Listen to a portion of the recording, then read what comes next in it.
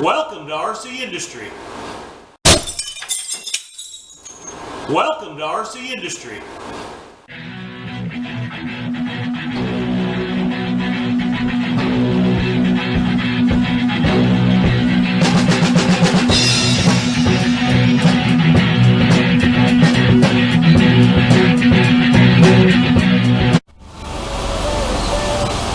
Hey, Rick here. Well, I kind of wanted to show you what was going on over here on 10th Street. I've been over here working sporadically whenever I'm not doing something for a client, and I don't know if I showed, but I got the carport is done. The roof is on it. Kind of slip up here and show you what it looks like. So there's the roof. I did have to take some spray foam back in there and fill in the gaps because I didn't want the birds in there. So, and I got the ceiling put in it, and I think that just finishes it off more. And then I got Clay from Tri-County coming to put me in one seamless gutter down through here, and then I put a new receiver in here out, so they're ready for the gutter to be put on. And we got our corner edges put up. You can see the old siding here. I haven't taken this all off yet, but taking it off one side at a time. Got this all taken off. Got the old foam insulation that was glued to the back of the old aluminum siding taken off. You get I think you get 19 cents a pound if it's cleaned off, and you get 6 cents a pound if you leave the styrofoam on it. So I had a little time and I cleaned it off. So it's the difference between, you know, like $22 versus $7. So anyway, depends on what you want to do.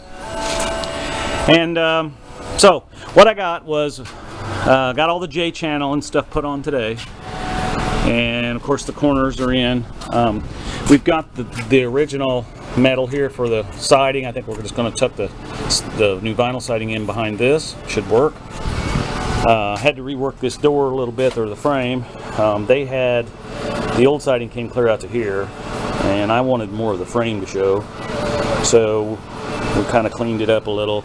Got me some good protective coat over this, or got it encapsulated as it would be referred to as, all the way around.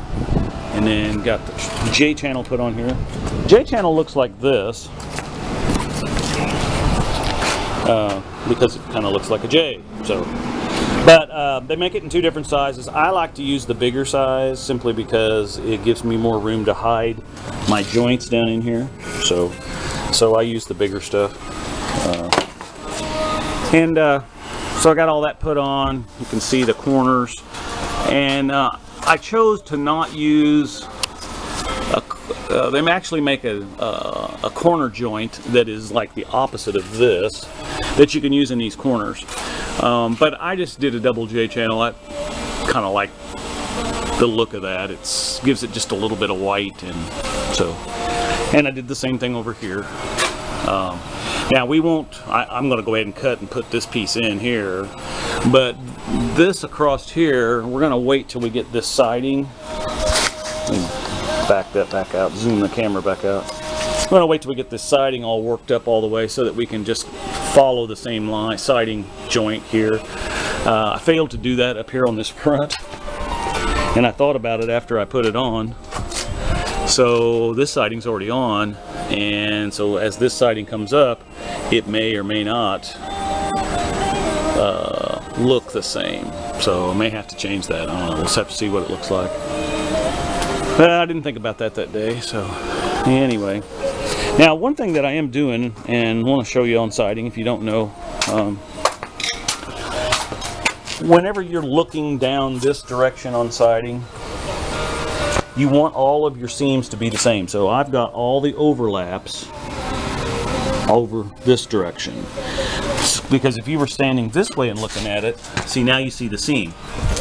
If you're standing this way, like from the street view, now you don't see the seam. So that's kind of why you do that. And if you'll look at a house, it's always usually from the street. It'll have those seams facing away from you so that you don't see them.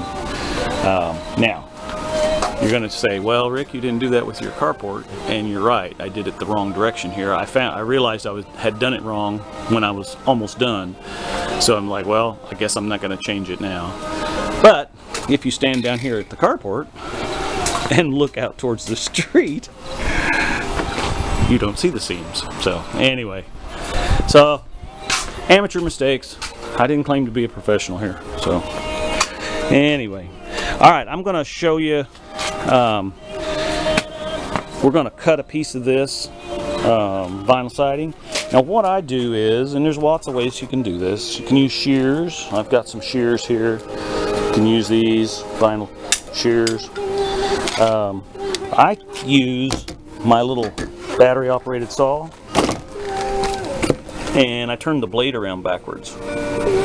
So instead of like cutting for wood, you still use a aggressive wood bit or a blade, but you turn it around and it more or less burns through it, and it makes a real nice straight cut. I cut this edge here just a little bit ago, and it looks, it almost looks factory. So now the reason I'm having to cut these edges to get a starter edge, which is what this is called, is because when I bought this siding from Home Depot, one of these came in this plastic bag because I got a half of one. And look at this. This stuff is all melted through here. So I don't know what see right here. Look how that's melted. So I can't use that original factory edge. I have to make my own and then start. So I went back to Home Depot. They definitely said they would order me some new, or they would credit me some money. And I took the credit for the money, so they gave me some money back on my account, and that was good with me because I can make this work. But anyway, so that's kind of where we're at with that. Not much else going on over here, but let me show you how I cut this vinyl siding. All right, show you more.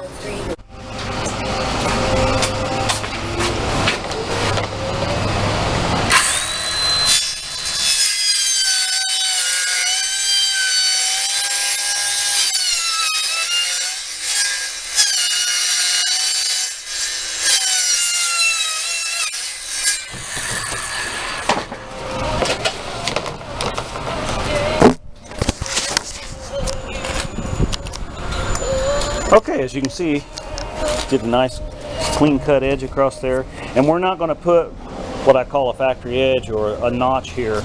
And the reason that you even have that notch anyway is because whenever you go to put this in right here, those have to slip up inside each other, and it has the little notch cut on the back side of it too, so that it otherwise when you try to snap it up over this part, you can't do it. So anyway,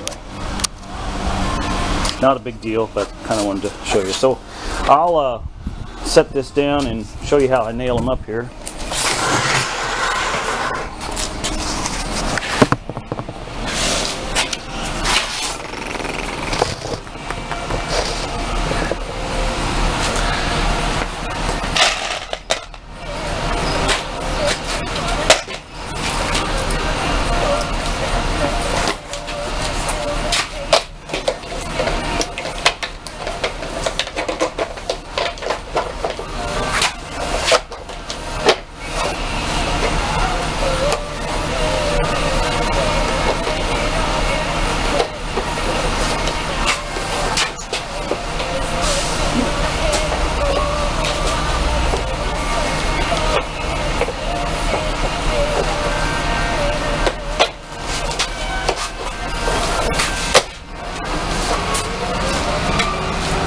Pull this up good and tight.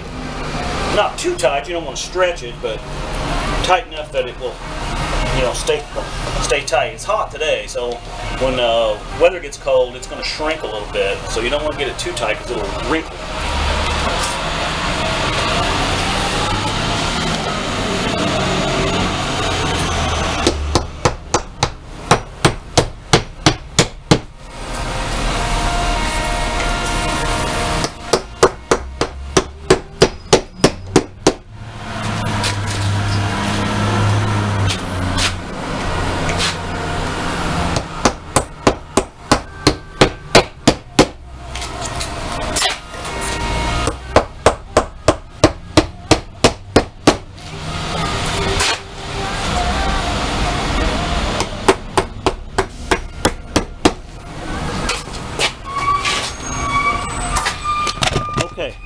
So, you can see here then that we've got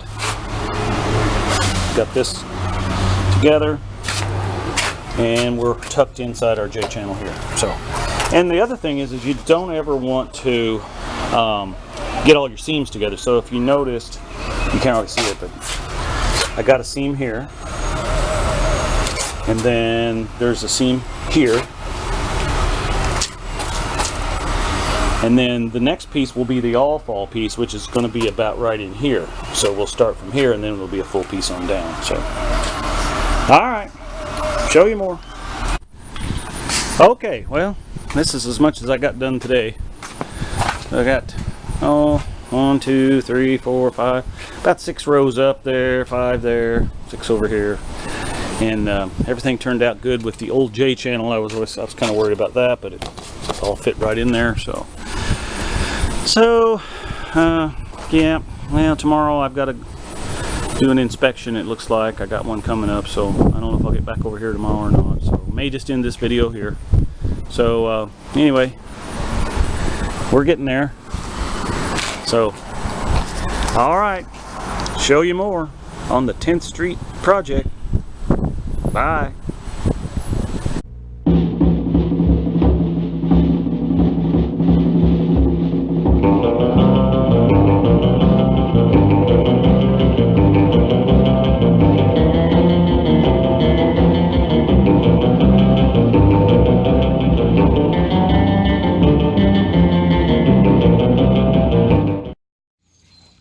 Run, Tallulah, run! Hi, baby.